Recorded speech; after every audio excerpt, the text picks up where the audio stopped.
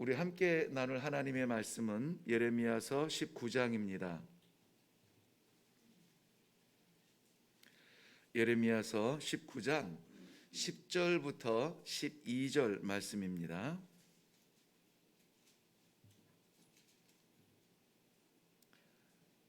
네, 찾으셨으면 우리 같이 읽겠습니다. 시작.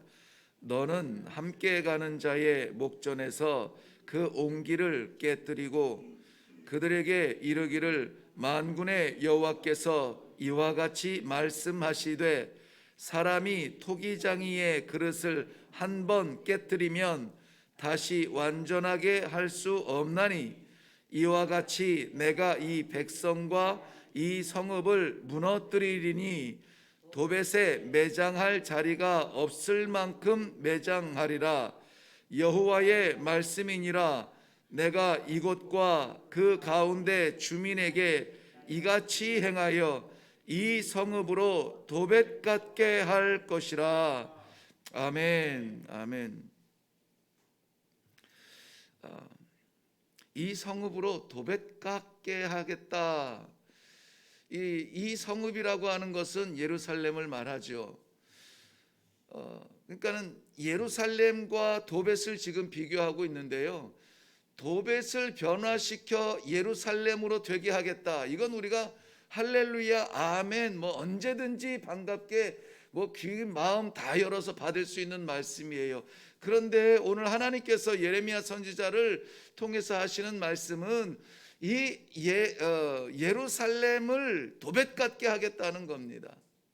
예루살렘, 하나님의 통치와 하나님의 백성과 하나님의 소망, 하나님을 향한 소망과 그러한 거룩한 모든 것들이 담겨 있을 거룩한 성 예루살렘이 도벳 같게 되겠다는 거예요.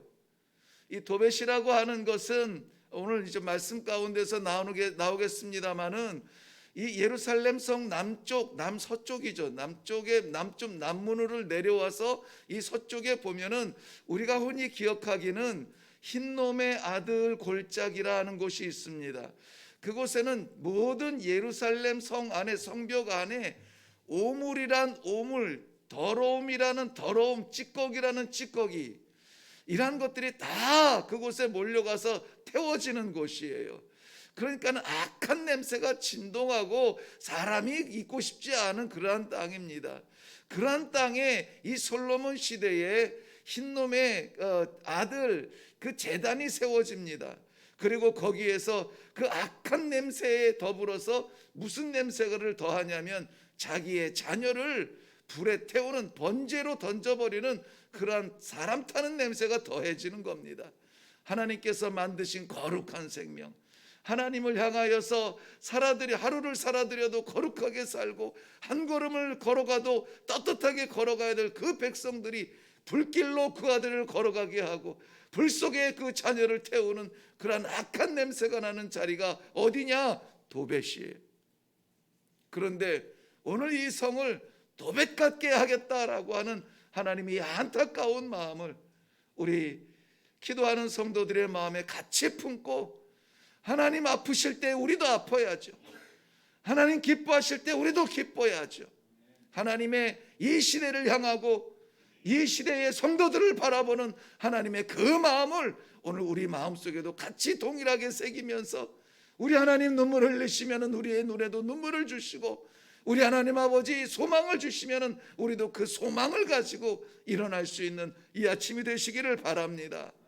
이것은 오늘 하나님의 명령을 따르는 예레미야 선지자의 입을 통하여서 선포되어지는 말씀이에요.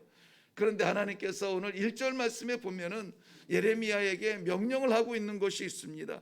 무엇이냐면 1절 말씀 볼게요.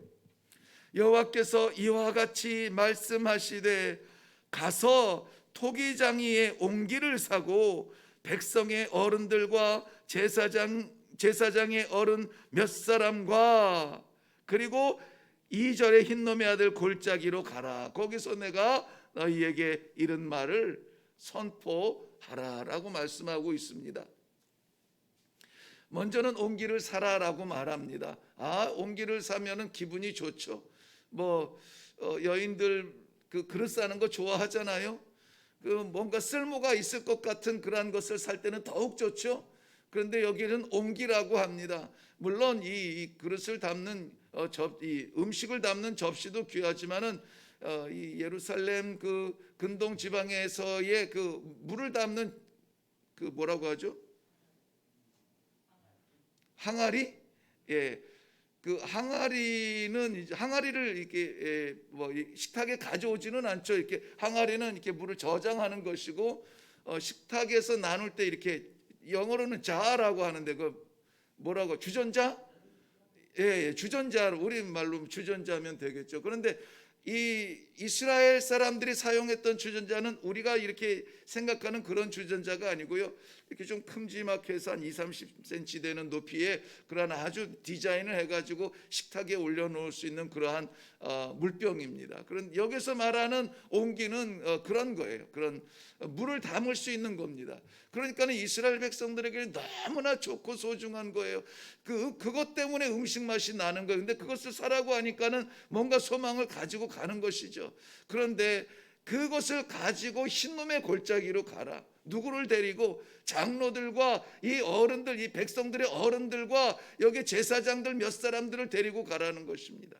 모든 백성들에게 다 데려가는 것이 아니고 이 어른들을 데려가는 거야. 리더십들을 데려가라고요. 지도자들을 데려가라고요. 거기에서 재앙을 선포하시게 되는 겁니다. 끔찍하게 사랑하는 그 백성들을 다스리고 인도해야 될 그 리더십들을 데리고 가서 이스라엘 백성들의 제사장들과 이스라엘 백성들의 장로들을 데리고 가서 거기에서 하나님이 재앙을 선포하시는 거예요. 그 재앙의 선포가 어떤 모양으로 나오느냐? 오늘 말씀해 보면은 이 옹기를 깨뜨려 버리라는 것입니다. 그릇은 접시는 귀가 좀 나가도 쓸 수가 있습니다. 그런데 이 옹기는 금만 가도 사용할 수가 없습니다. 그 소중한 물 질질 새는 거 어떻게 이 식탁에 올려놓을 수가 있겠어요? 사용 못합니다.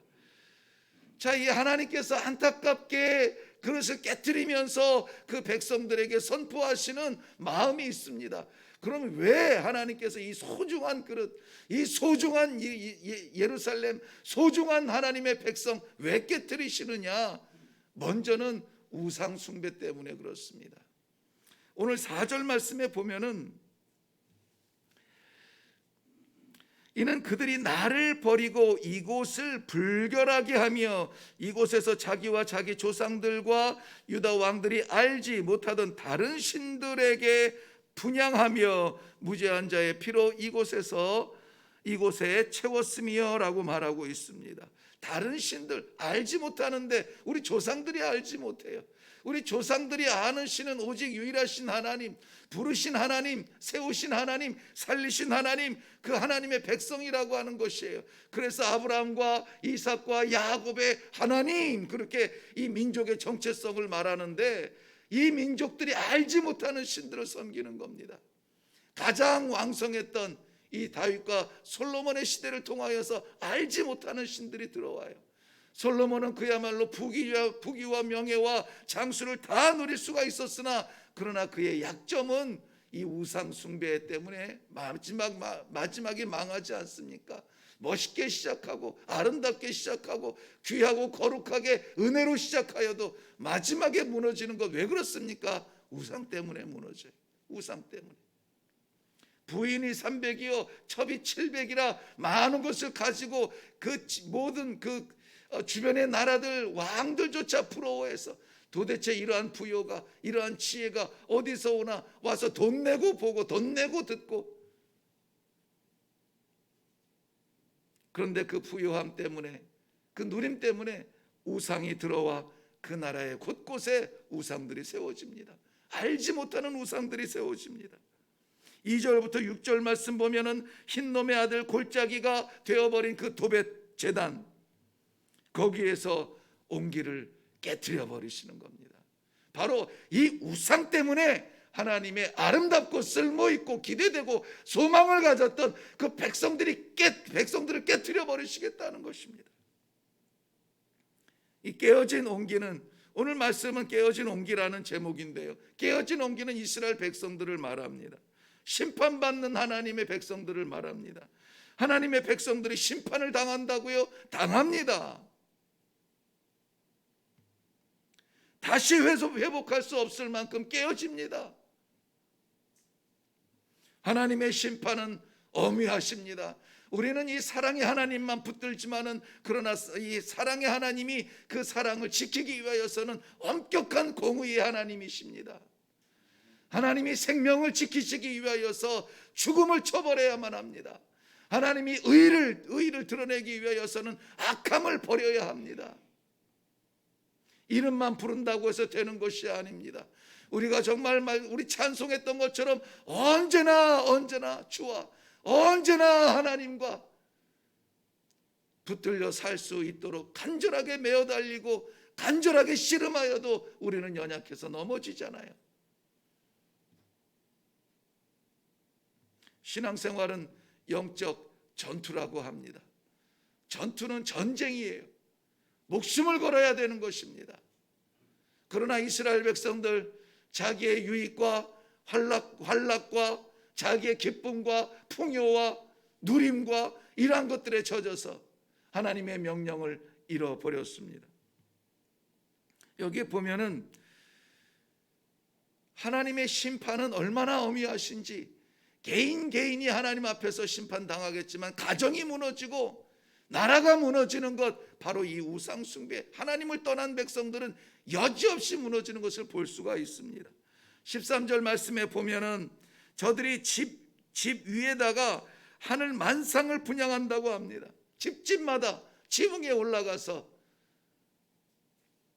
하늘의 만상, 하늘님, 별님, 달님, 나무님, 돌님,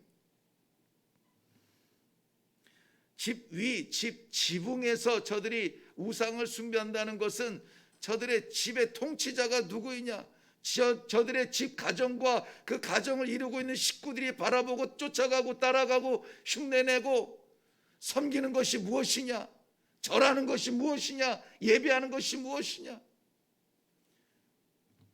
저는 습관적으로 이러한 말씀들을 묵상할 때마다 그 시대에 못 박지 않습니다.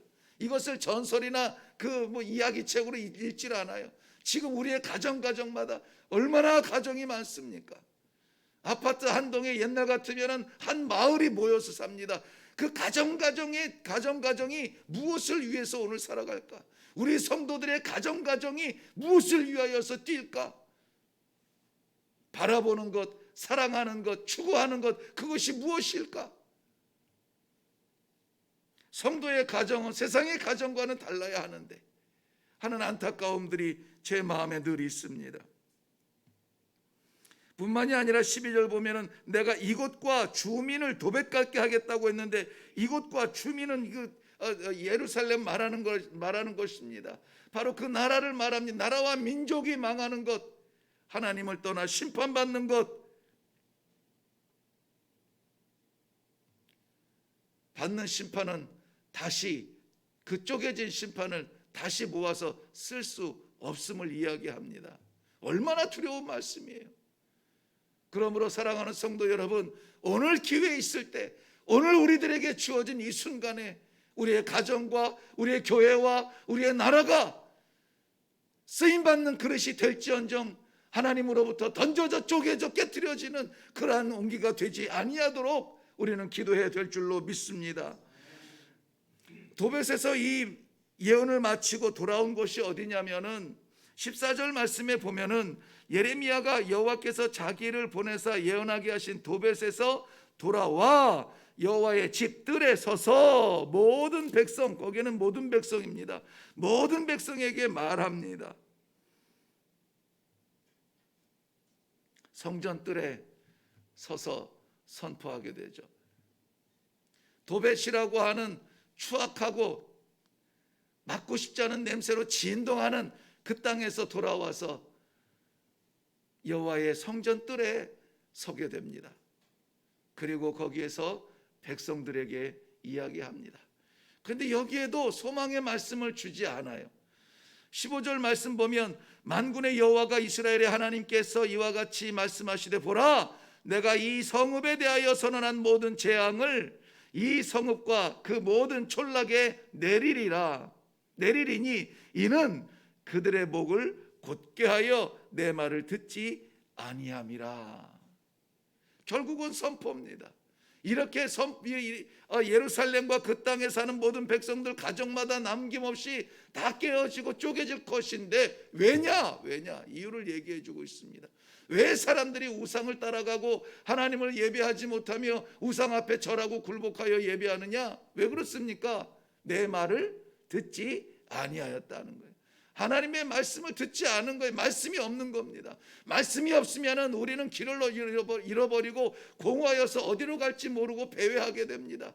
좋은 냄새 나면 좋은 냄새 나는 곳으로 갑니다. 밝은 빛이 보이는 것 같으면 그 빛으로 보이는 대로 갑니다. 멋있어 화려해 보이면 그곳으로 달려갑니다. 어디로 가야 될지 알지 못하는 정처 없는 인생이 되는 것이 우리예요. 순간에 무너집니다. 언제나 주를 붙들지 아니하면 우리는 무너지도록 준비되어 있습니다. 하나님께서 우주 삼라만상 지으시고 가장 아름다운 것으로 채워주신 에덴 동산에서도 한마디 유혹에 슬쩍 넘어가는 것이 우리 인생이에요. 사랑하는 성도 여러분, 주의 말씀으로 오늘 우리가 그 길을 따라 살기를 바랍니다. 내 발의 등이여 내 길의 빛이라고 말은 그렇게 하면서 그 길 따라 가지 않아요. 그 빛을 바라보지 않습니다. 왜 말씀마다 저희들이 모일 때마다 말씀과 기도를 강조하냐면은 그것이 살 길이니까, 그것이 죽지 않는 길이니까, 그 길을 가야 하니까. 오늘도 하나님 아버지 한 말씀 주세요. 우리 가정을 위하여서 붙들 수 있는 한 말씀 주세요. 오늘도 살아갈 수 있는 유혹에 약하고 시험에 약하고 할 일 많고 바쁘고 정신없이 사는 우리들에게 잊혀지지 아니하는 한 말씀 주세요. 그 길 따라가겠습니다. 이 아침에 기도할 때 다른 많은 숙제들이, 인생의 숙제들이 많은 줄 압니다. 뭐 식구도 아프고 자녀들도 문제가 있고 내 자신도 삶이 어떻게 될지 모르겠고 많은 숙제가 있는 줄 알아요. 그러나 하나님의 한 말씀, 살아갈 수 있는 말씀, 붙들고 기도할 수 있는 말씀, 의지하고 떠나지 않을 하나님이여 그 말씀 한마디 해주세요. 기도할 수 있기를 바랍니다. 오늘 이 시간에 우리 다 같이 기도할 때에 하루를 살더라도 우리 인생의 경험과 경력으로 사는 것 아니라 우리는 하나님의 나라 걸어가는 하나님의 백성, 내 인생의 나침판이 되어주며 내 길에 빛이 되어주시는 주의 말씀 하나 주세요. 우리 가정 말씀 없으면 무너집니다. 우리 교회 말씀 없으면 무너집니다. 하나님 말씀하여 주시옵소서. 깨어진 옹기되어 가슴치고 땅바닥 치면 늦어요. 이렇게 우리에게 기도할 수 있는 기회를 주셨을 때에 우리 더 말씀의 찬란한 빛을 향하여서 기도하시고 그 빛을 지키기 위하여서 기도하시고 귀한 기도의 시간이 되기를 바랍니다. 기도하겠습니다. 살아계셔서 역사하시는 하나님 은혜를 감사합니다.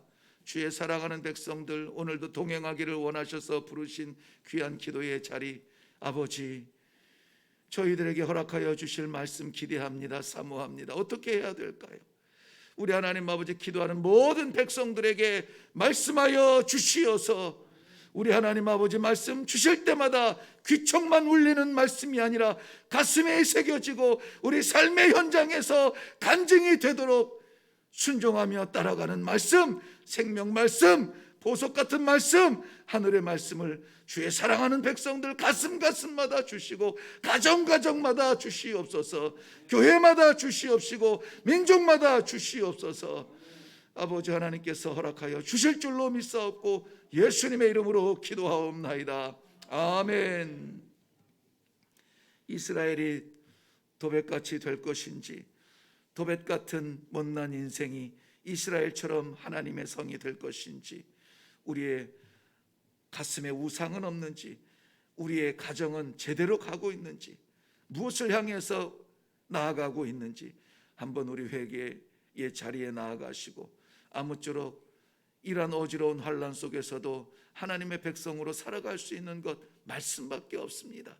말씀하여 주시옵소서. 종이 듣겠나이다. 하나님의 말씀을 사모하시면서 다 같이 우리 기도하며 내려가겠습니다. 우리 주님 한번 외치고 기도하겠습니다.